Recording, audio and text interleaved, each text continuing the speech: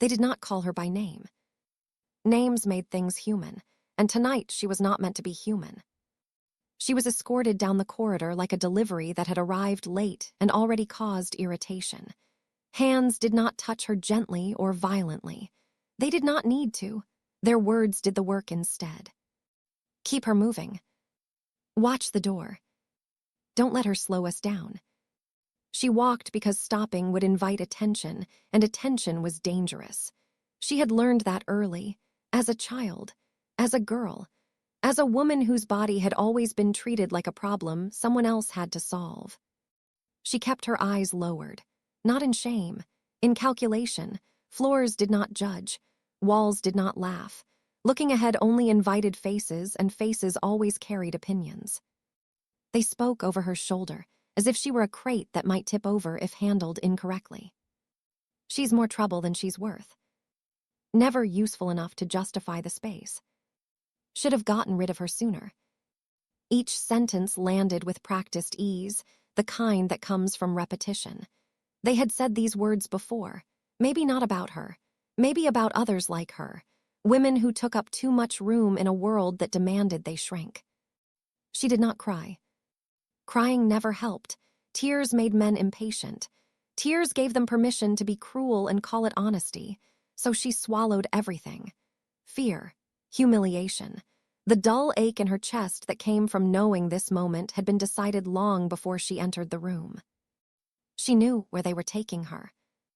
Everyone did. The door at the end of the hall was heavy, reinforced, scarred by history. Men slowed as they reached it, not out of respect for her, but for what waited on the other side. The Mafia boss. The monster. The punishment. She had imagined him in pieces for years. A raised hand, a cruel mouth, eyes full of hunger. Something that would make sense of why people like her always ended up here. Something that would confirm the lie she had been fed her whole life, that she was made to be consumed. The door opened. They stopped her 3 steps inside, like they were afraid proximity might contaminate them. She's yours now, one of the men said, forcing a laugh that did not land. Consider it compensation. Compensation. As if she were a debt settled, a broken tool handed off so no one else had to deal with it. Another voice chimed in too quickly. Couldn't run, couldn't hide, caused more damage than she was worth. They were justifying themselves. That was when something felt wrong. Men like this did not justify, they boasted, they blamed, they moved on. Justification meant fear. She lifted her eyes for the first time. He sat in the shadowed chair at the far end of the room, not looming, not pacing, simply there, fingers steepled, posture relaxed, expression unreadable to the point of indifference. He did not look at her body. He did not look angry. He did not look pleased. He looked bored. That terrified her more than shouting ever could. Violence, she understood. Violence followed rules. Boredom meant anything could happen. The room waited. She waited. This was the moment everyone had promised her. The moment when pain would arrive to prove that survival had only been a delay. She braced herself not for suffering, but for erasure. For becoming a lesson someone else would use. The boss finally lifted his gaze. Not to the men. To her. For a single breathless second, the world narrowed to that look. Not hunger, not disgust, calculation, but not of her body, of the cruelty standing behind her. Leave, he said. His voice was calm, flat, almost tired. The men hesitated. I said leave. He did not raise his voice. He did not need to. Power settled around the words like gravity. They vanished, fast, relieved. The door shut behind them with a finality that made her heart stutter. Locked. She stood alone with him. Her pulse roared in her ears. This was it. Alone now, no witnesses, no excuses. He stood slowly, tall enough that instinct made her step back. She hated herself for that reflex, but she did not fight it. Survival was not pride. Survival was response. What did they say you did? He asked. Her throat tightened. They said I failed. Failed at what? She searched for the right answer, the one that would hurt less, being useful. Silence followed. Then, unexpectedly, he laughed. Not cruelly, not loudly, bitterly, like someone hearing a joke that had gone stale years ago. They used you, he said, because you were convenient. She stared at him, confused, disoriented. You're not afraid, he observed. I am, she said honestly. I just don't have anywhere left to put it. Something shifted in his expression, subtle, controlled. Look at me, he said. She did. You were not given to me as punishment, he said. You were given to me because they believed I would erase you. Her chest tightened painfully. They thought wrong. He stepped past her and opened the door behind her.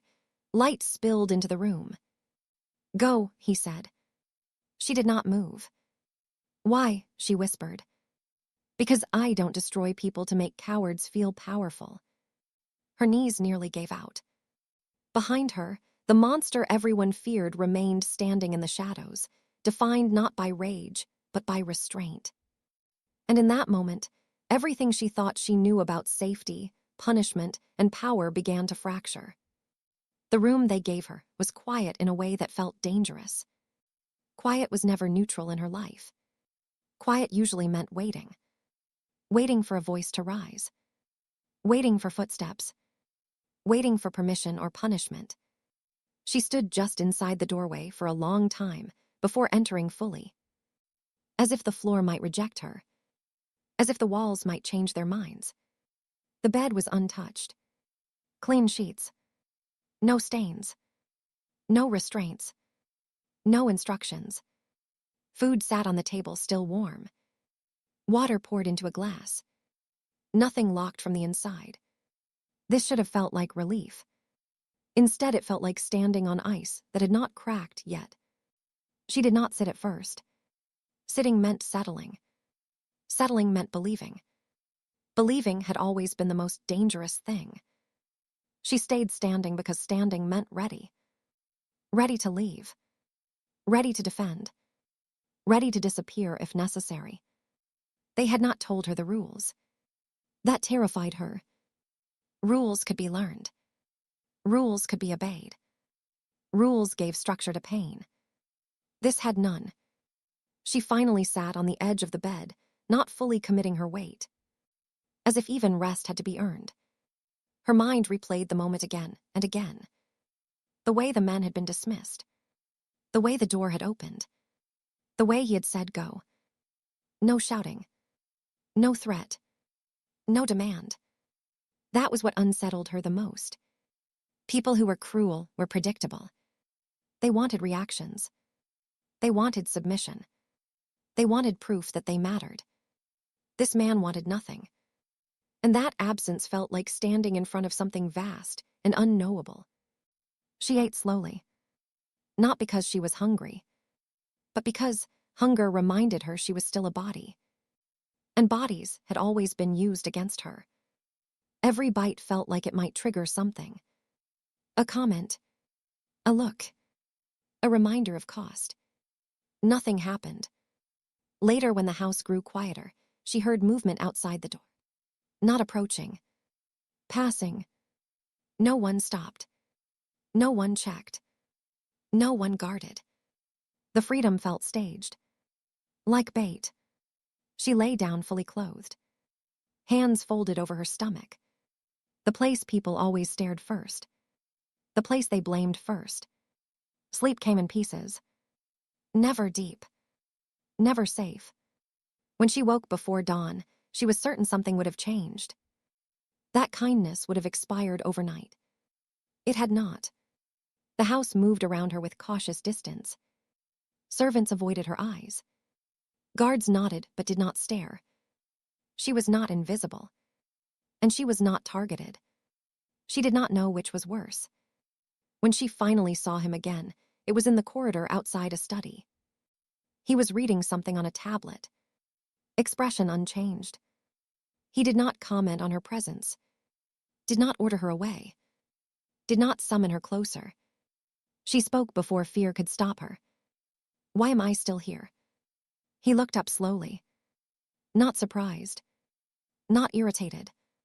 Because you are. The answer made no sense. And yet it felt intentional. They sent me to be dealt with, she said. He closed the tablet. They sent you to be erased. Her chest tightened. Erased was worse than punished. Punishment meant existence had been acknowledged. She waited for him to explain. He did not. Silence stretched. Heavy but not hostile. You can leave if you want, he said. The words landed wrong. Leave meant being returned. Leave meant being sent somewhere else to finish what had started. Where would I go, she asked. He did not answer immediately. Because that was not the point. Stay then, he said. If you choose. Joyce. The word felt unreal in her mouth. What do you want from me, she asked. Nothing. That single word hit harder than any demand ever had. She had been trained to barter herself. Labor. Obedience. Silence. Endurance. Nothing was the one thing she did not know how to give. He studied her for a moment. Not her body. Not her posture. Her restraint. You believe invisibility is safety, he said. She did not deny it. It has kept me alive. Sometimes, he said. It only delays the cost. She felt the truth of that settle in her bones. You will not be harmed here, he continued. Not because you are weak, but because harm without purpose is waste. Waste was something this man despised. She realized then that she was not being spared out of mercy. She was being spared out of principle. And principles in this world were far more dangerous than kindness. That night, as she returned to the room, she finally understood the shift. She had not been rescued. She had been refused. And refusal, in a world built on cruelty, was the most powerful disruption of all. By morning, the house had learned her presence without understanding it. She felt it before anyone spoke. The pause when she entered a hallway. The way footsteps adjusted their rhythm. The careful lowering of voices that did not stop completely. She had lived her whole life, learning how rooms reacted to her. This was different. It was not disgust. It was calculation. Servants moved with precision now. Not hurried. Not careless. As if uncertainty had sharpened every movement. Guards stood straighter. Hands closer to their sides. Eyes forward. They did not look at her directly. But they tracked her. Not like prey. Like a variable. She kept her shoulders rounded.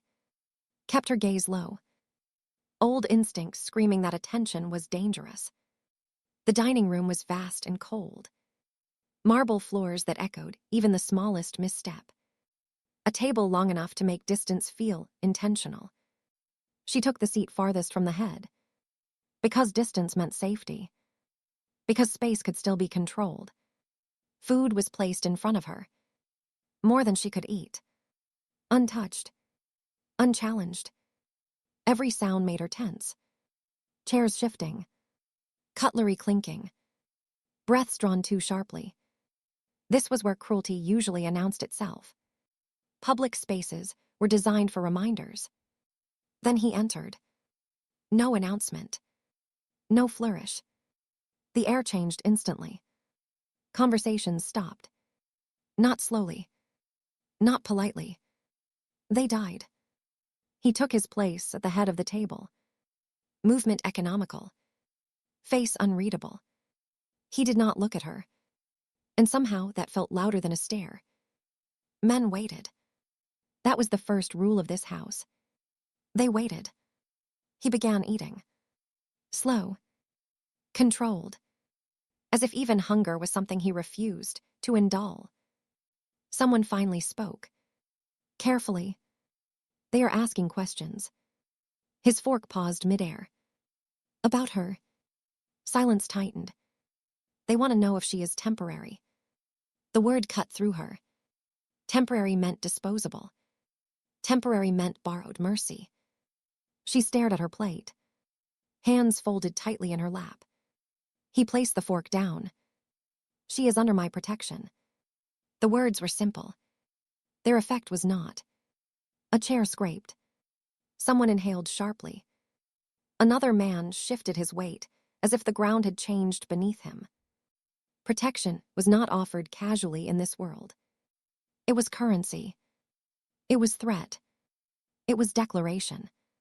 She felt heat rise in her chest. Not pride. Fear. Protection meant being seen. And being seen had always been the beginning of punishment. The rest of the meal passed in silence. Food forgotten. Tension thick. Later she wandered into the garden unsure if she was allowed. No one stopped her. That frightened her more than chains. Iron fencing surrounded the grounds. High. Impenetrable. Designed to keep threats out, or in depending on who you were. He stood near the fence. Jacket discarded. Sleeves rolled. Feeding a black horse with deliberate calm. She watched him for a long moment before speaking. You do not look like a monster. The words escaped before fear could stop them. He did not turn. Monsters do not look like anything he said. They act. She stepped closer. Careful. Measured. Why did you keep me here? He fed the horse another apple. Because I do not accept gifts wrapped in cruelty. They said I embarrassed them, she said. They embarrassed themselves, he replied. Her voice dropped. They said I was useless. He finally turned to face her. Useless people do not survive what you did. Her throat tightened. You do not know me. I know enough, he said. You walked into my house expecting death and did not beg. She looked away. Begging never saved me. Something shifted in his eyes. Not softness. Recognition. You should understand this, he said. I have rules. She nodded quickly. I will not break them. That is not what I said, he replied. I said I have them. He met her gaze. No one in this house touches you without permission. No one speaks to you with disrespect. No one uses you as an object. Her voice shook. And if they do, they answer to me. She believed him. Not because he was kind. Because he was exact. This is not charity, he continued. Then what is it? He considered the question. Balance. She frowned. The world you came from believes strength is humiliation. I believe strength is restraint. That makes you different, she said. That makes me dangerous, he replied. As she walked back inside, she understood something that made her chest ache. They had not given her a place in his house. He had redrawn the rules of the house around her. And in doing so, he had turned her existence into a line no one was allowed to cross. She thought she understood silence. She had lived inside it her whole life. But this silence was different. It did not press down. It waited. Days passed without incident. And that terrified her more than violence ever had. Violence announced itself. Violence prepared you. This did not. She moved through the house like a ghost. Careful not to disturb the shape of things. Careful not to exist too loudly. She avoided mirrors. Because mirrors reminded her of the thing the world had always judged first. Her body. Too large. Too visible. Too much.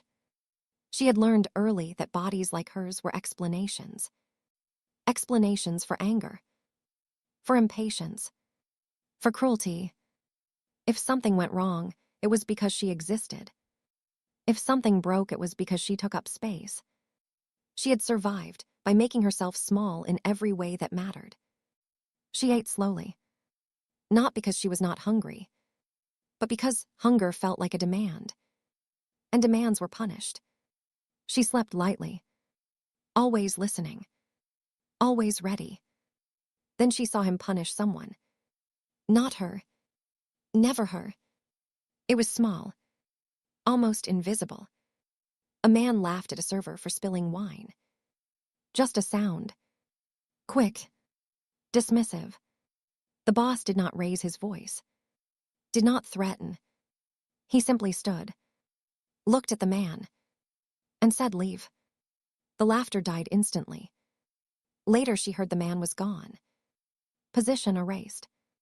Access removed. No explanation offered. Another day, a lieutenant argued over money meant for families of the dead. The boss listened, then closed the account, and removed the man from the house. No shouting. No spectacle. Order restored. She began to notice the pattern. Cruelty that served no purpose disgusted him. Waste angered him. Humiliation bored him. This was not mercy. This was structure. One afternoon, she overheard two servants whispering. "She is still here. Boss has not sent her away. You think she is special." A pause. "I think she is untouchable." The word struck her like a blow. Untouchable did not mean safe. It meant attention. It meant expectation. That night, memories came uninvited. School hallways filled with laughter that followed her. Family members speaking around her, not to her. Love offered with conditions she could never meet. She curled in on herself, fists pressed against her mouth, trying not to make noise. Do not trust it. Do not hope. Hope gets punished. The next morning, she made a mistake. A tray slipped from her hands in the kitchen. Ceramic shattered. Sound echoing sharp and final. The room froze. She dropped to the floor instantly. Old reflex. Trained response. "I am sorry. I will clean it. I will pay." Her heart pounded so hard she felt dizzy. This was how it always began. The door opened. He entered. The room locked into stillness. What happened? No one answered. He looked at the shards, at her shaking hands. "And you are all standing here like someone was hurt." Silence. He turned to her. "Are you injured?" She shook her head. "Good." He looked at the others. "Clean it carefully." Then he left. No lecture. No punishment. No reminder of her place. She stayed on the floor long after the room resumed movement. Relief crept in slowly. And relief frightened her. Because relief meant something else was growing. Something dangerous. Belief. Later that evening, she laughed quietly at something small. Something the gardener said. It slipped out before she could stop it. She saw him watching from across the courtyard. Shame rushed through her. She stopped immediately. She should not laugh here. She should not exist loudly. That night, he spoke without looking at her. "You do not need to disappear." Her chest tightened. "I am not. You are. All the time." She had no answer. He did not push. Another rule. He waited. Later, a tailor arrived to adjust clothing. When it was her turn, the woman hesitated. "We do not usually carry sizes like this." The old fear surged. She stepped back. "It is fine. I can manage." His voice cut through the room. "You will carry whatever size I require." The tailor nodded quickly. Later, she whispered, "You did not have to." "Yes, I did. They sent me here because of this," she admitted. "Because I was inconvenient." He looked at her fully. "They sent you here because cruelty was cheaper than accountability." She shook her head. "People like me are easy to blame." "I understand perfectly," he said. "That is why I did not send you away." Her voice trembled. "I am not strong. I just endure." He studied her. Endurance is strength that has not been named yet. That night she cried. Not from pain. From recognition. And she realized something terrifying. The world always punished women who took up space. But this man, this monster, he punished the ones who tried to erase them. The underworld noticed the change before it understood it. It always did. Power shifts announce themselves quietly first. in delayed messages, in meetings postponed without reason, in men choosing their words as if glass lined their throats. She felt it in the way the house breathed. The rhythm had changed. Not relaxed. Alert. Guards checked entrances twice. Then a third time. Not because there was danger, but because something had become unpredictable. Her. She did not mean to be. She was still quiet. Still careful. Still carried herself like an apology. But the world had begun to look at her differently. Not as a burden. Not as a joke. As a consequence. It started with whispers. They say he has gone soft. They say he is distracted.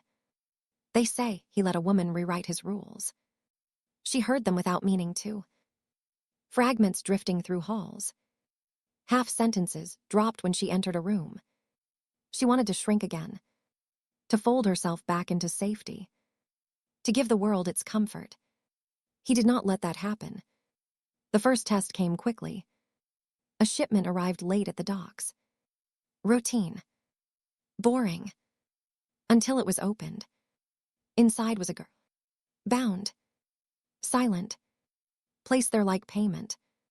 Men laughed when the report came. They thought it clever. A reminder. A warning. The boss listened without expression. Where is she? The laughter stopped. She was returned within the hour. Untouched. Fed. Wrapped in a coat too large for her. By morning, the warehouse responsible was ash. Accounts frozen. Allies silent. No bodies displayed. No message carved in blood. The message was absence. The underworld did not know how to answer that. Inside the house, she felt the shift like pressure in her chest.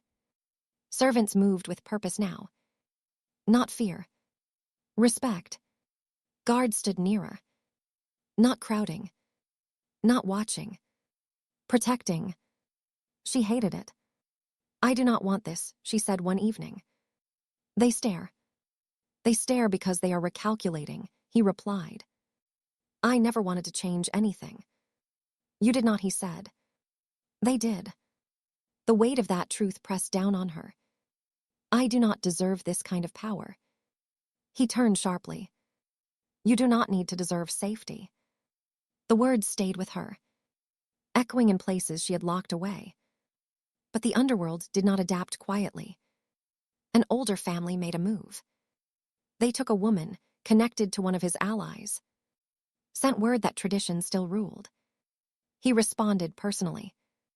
Alone. No entourage. No negotiation. The woman returned before sunset. The family patriarch was removed by his own men. Fear shifted into obedience. Obedience reshaped the city. She watched from the edges. Guilt threading through her chest. They are doing this because of me. They are doing this because it should have been done long before you arrived. She hesitated. What if they turn on you? He met her gaze. Then they were never allies. She began to understand. He was not protecting her from the underworld. He was protecting the underworld from becoming something he despised. And she was the proof that cruelty had gone too far. Rumors grew darker. They said she had bewitched him. That she was his weakness. That she was dangerous. She heard them. Felt them brush against old scars. I do not want to be your weakness, she said quietly. You are not my weakness, he replied immediately. What am I then? He considered her. You are the reminder. Of what? Of who I refuse to become. The words frightened her more than threats ever had. Because reminders could be lost. And rules built on principle always demanded blood before they were accepted. She felt it then. The underworld watching. Testing. Waiting. She was no longer invisible. She was the line. And lines in this world were never crossed without violence. The truth did not arrive like a blow. It never did in her life. It came the way pain always found her. Quiet. Uninvited. Too late to stop. She was walking past the West Wing when voices drifted through a half-open door. She would have kept going. She always kept going. Until she heard her own name. I never meant for him to keep her. Her steps slowed without her permission. That was not the agreement. Another voice answered. Cold. Controlled. There was no agreement that involved cruelty. A nervous laugh followed. You know what they meant. Her heart began to pound. They sent her to be broken. A message. An example. Her breath caught so sharply it hurt. They chose the wrong man. Silence stretched. Heavy. Dangerous. They said she embarrassed them. Her existence. Her body. Her refusal to disappear. The next words landed like a verdict. They wanted you to do what they were too cowardly to finish. She did not hear anything else. The world tilted. Sound drained. Her legs weakened. She was not punishment. She was disposal. She backed away slowly. Careful not to make a sound. Careful not to let the house see her breaking. Her room felt smaller than it ever had. The walls too close. The air too thin. She locked the door with shaking hands. Slid down against it. Pressed her fists to her mouth. They had never wanted her corrected. Never wanted her taught. Never wanted her to learn. They wanted her gone. Quietly. Cleanly. Without consequence. Everything made sense now. The way people avoided her eyes. The surprise when he kept her alive. The fear that followed her through the halls. She had survived something she was not meant to. That night, she did not go to dinner. He noticed. He always noticed. Hours later, the door opened softly. He did not force it. Did not knock. She sat on the floor.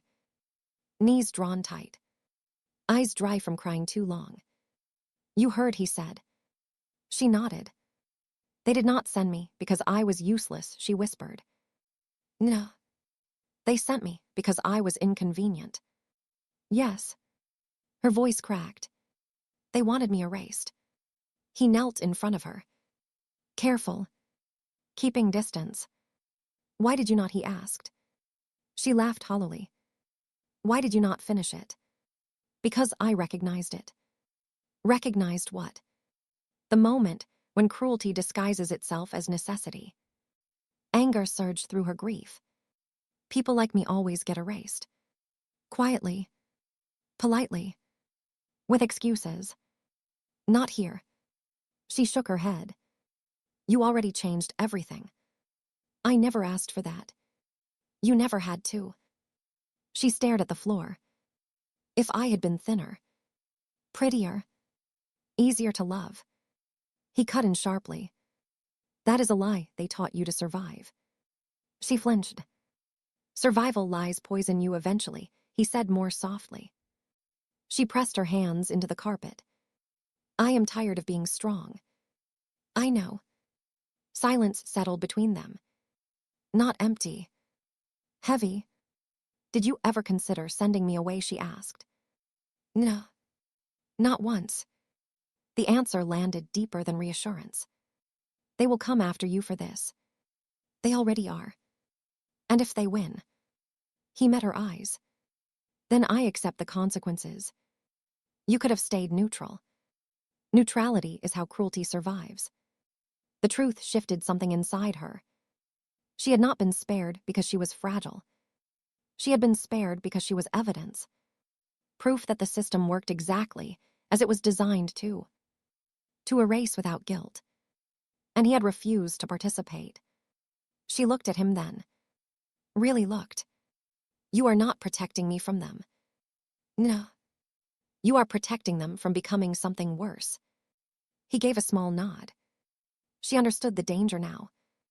She was not his weakness. She was his defiance. And the underworld did not punish kindness.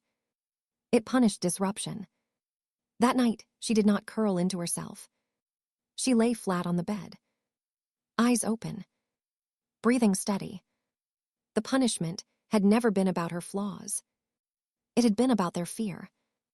Fear that someone they deemed unworthy might still exist. Fear that she could survive without permission. And now that fear had a name. And it was hers. The change did not come with anger. It came with exhaustion. She woke one morning and realized she was tired. Not tired of fear, but tired of apologizing for surviving it.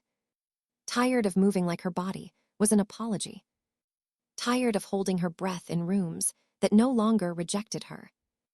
Tired of shrinking for people who had already decided what she deserved. She rose before dawn and dressed carefully. Not to hide, but out of habit. Then she stopped, stood still, and straightened her shoulders. It felt wrong. Dangerous. Like stepping into open water. She walked the halls without hugging the walls. Lifted her chin, just enough to see faces instead of shoes. People noticed. They always did when someone broke an unspoken rule. Servants paused. Guards adjusted their stance. Eyes followed her openly now. Not mocking. Not hostile. Measuring. She ate when she was hungry. Not when food appeared. That alone felt like rebellion. When spoken to, she answered clearly. Without rushing. Without apology. The house adapted around her. Slowly. Reluctantly. That afternoon, the first real test arrived. A delegation entered without warning. Old families. Older power. Men who believed the world belonged to them because it always had. They filled the study with voices and confidence. Ignored her presence completely. She stood near the window. Silent. As she always had. She should leave, one of them said. This does not concern her. The words hit an old reflex. Her body prepared to retreat. She did not. I am not leaving, she said. The room froze. Every eye turned toward her. The man laughed sharply. This is not a request. Neither was my arrival here. A sharp intake of breath followed. She felt fear surge. Late. Violent. But she did not step back. She has no standing, another man snapped. She was sent as punishment. The word no longer crushed her. I was sent to be erased, she said evenly. You failed. Silence spread. Thick. Unforgiving. The men turned to him. Furious. You allow this. He leaned back slightly. I allow truth. She continued before fear could return. You mistake silence for submission. I was quiet because I had no power. Not because I lacked worth. The man scoffed. You think standing here makes you untouchable. She met his gaze. No. I think touching me would finally reveal who you are. The boss stood. Meeting adjourned. The delegation left in chaos. Not dismissed by force, but dismantled by exposure. Later that night, she sat alone. Hands trembling now that the moment had passed. Fear always arrived late. He joined her quietly. You did not beg, he said. She shook her head. I have begged my whole life. It never saved me. He studied her. Something like respect flickering in his eyes. They expected tears. They always do, she replied. I gave them honesty. Consequences came quickly. Messages arrived in coded threats. Alliances wavered. Rumors sharpened into warnings. They blamed her openly now. She is dangerous. She is poisoning him. She is rewriting the rules. She heard it all. This time it did not hollow her. Do you regret this, she asked one night. No. Even if it costs you everything. Especially then. What if it costs me? He met her gaze. Then I failed you. The words struck deeper than any promise. She understood then. She was no longer the punishment. She was no longer the protected. She was the line. And lines in this world were never tested gently. The underworld was watching. Waiting. And for the first time in her life, she did not disappear. She stood and let them see her. The invitation arrived wrapped in black wax. Heavy paper, carefully chosen words. Neutral ground. Summit. Balance. She read it once. Then again. They want me there, she said quietly. He stood by the window. The city stretched beneath him like a map of scars. They want leverage. They think I am it, she replied. They think wrong. Silence followed. Dense. Honest. She understood what neither of them wanted to say. This was no longer about protection. This was about choice. If I do not go, she said, they will escalate. Yes. If I go, they will try to use me. Yes. She inhaled slowly, feeling fear rise. Then settle. Then let them. His jaw tightened. No. This ends with me, she said firmly. One way. You are not a bargaining chip. I know. That is why this works. He looked at her, as if seeing her clearly for the first time. They believe you own me, she continued. They believe I am your weakness. Let them believe it. You could be killed. So could you, she replied. She reached into her pocket, placed a ring on the table. Simple. Heavy. What is this, he asked. A choice. I will walk into that room with your name. Not as punishment. Not as protection. As position.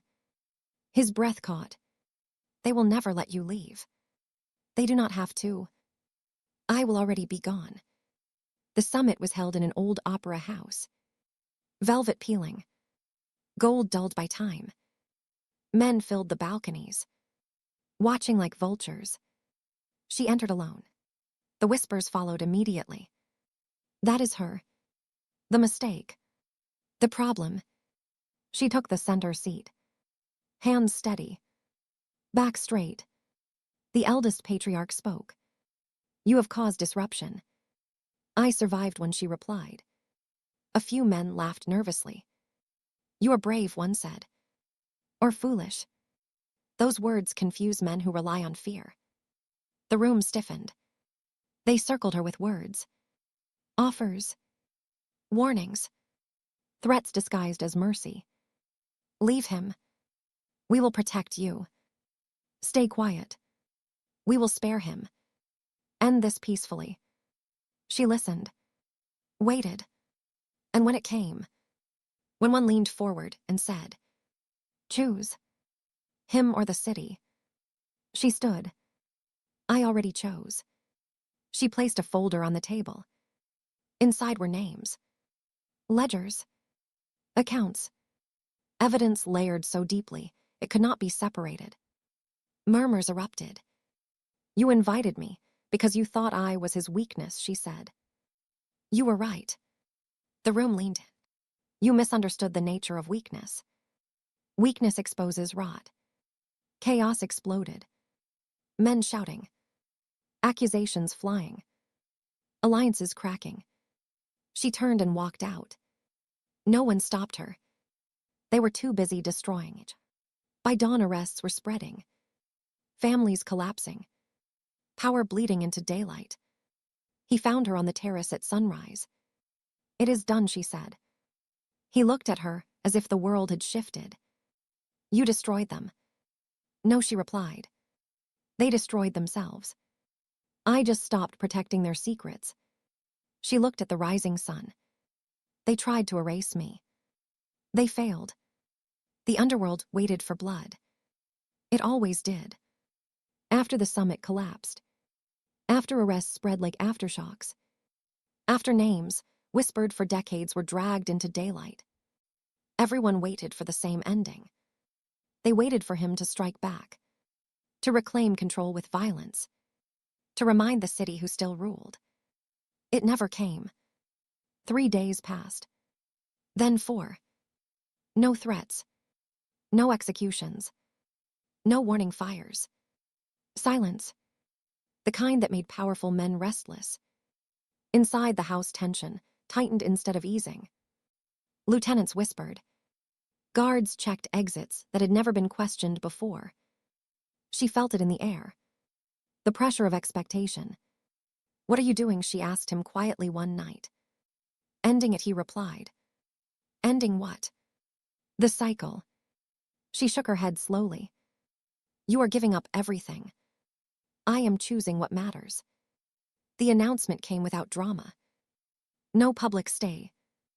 No enemies present. Only his inner circle, gathered in the great hall. Men who had followed him through wars. Who had seen cities burn at his command. They stood uncertain. Waiting for orders. You are dismissed, he said. Confusion rippled instantly. This organization. Its operations. Its violence. Ends here. Someone laughed. Nervous. Disbelieving. You cannot mean that. I do. Voices rose. Questions collided. You are dismantling everything. Yes. For her, someone snapped. He did not deny it. For the truth, he corrected. Panic followed. Men rushed to secure assets. Alliances scrambled to fill the vacuum. But there was nothing to take. He had planned this long before the summit. Long before she ever stood in that room. Accounts were frozen legally. Routes closed quietly. Businesses transitioned into legitimate fronts. Weapons sold or destroyed. Evidence handed over through channels she had opened. He was not retreating. He was erasing the battlefield. The underworld did not know how to fight a man who refused to play. She watched it unfold from the balcony. Heart racing. What are you doing? She whispered again. Ending the monster. For me. For both of us. You built this world, she said. I survived it, he corrected. There is a difference. Rivals rushed in days later. Expecting chaos. Expecting weakness. They found nothing. No armies to fight. No territories to seize. Only empty structures. Legitimate businesses. Families protected and funded. The war they wanted never came. The final shock arrived a week later. He appeared publicly. In daylight. No shadows. No guards. He stood beside her. Claimed her. Not as possession. Not as leverage. Not as punishment. As equal. The press erupted. The rumors exploded. The underworld reeled. The fat girl who was given as punishment now stood beside the man who had once terrified cities. And he looked at her like she was the only power he had ever respected. I will not hide you, he told the world. And I will not apologize for you. She did not shrink. Did not bow. She stood. Later alone, she asked the question she had been afraid to voice. Why me?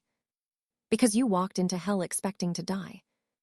And chose to live without asking permission. Tears filled her eyes. They tried to erase me. They failed. You shocked them, he said. No, she replied softly. You let me exist. The underworld expected blood.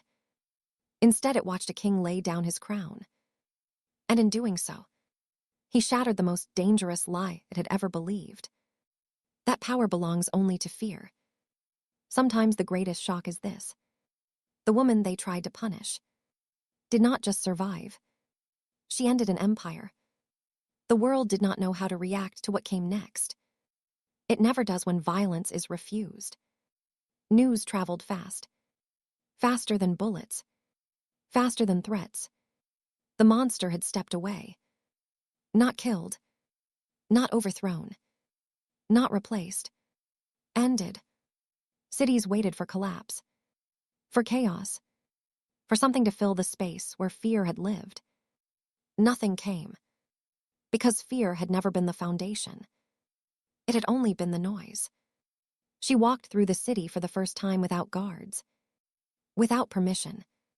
Without shrinking. People looked at her. Some recognized her. Most did not. That was the point. She was no longer a symbol they controlled. She was a woman choosing where to stand. He joined her at a quiet overlook at sunset. The skyline stretched wide and ordinary. "Are you afraid?" he asked. "Yes," she answered. "But I am no longer disappearing to survive it." He nodded. That was the day she understood the final truth. She had not been saved. She had been seen. The difference mattered. The Underworld tried to rewrite the story. They always do. They said he had grown weak, that he had been manipulated, that she had destroyed him. She listened, then let it pass. People who need lies to live cannot survive truth. Months later, when the dust had settled, when power rearranged itself into something smaller and less cruel, when families once terrified slept without guards, she stood beside him again. Not in shadows, not behind doors, in light. Someone asked her quietly, "Do you regret it? Regret surviving? Regret speaking? Regret choosing herself?" No. She had lived long enough apologizing for existing. He watched her answer, something calm and final in his expression. "They thought humiliating you would erase you," he said. "They were wrong. They thought destroying me would restore order. They were wrong again." The city learned new rules slowly, without ceremony. Women stopped being used as currency. Punishment lost its glamour. Silence lost its power. Not because the world became kind, but because cruelty no longer went unanswered. She returned one last time to the house where everything had changed. The room where she had stood waiting to disappear, waiting to be erased. She stood there now, unafraid. This place no longer owned her memory. She owned it. Later that night, she spoke the words she had once believed were curses. "I am still here." They were not a challenge. They were a fact. The greatest shock was never what he did.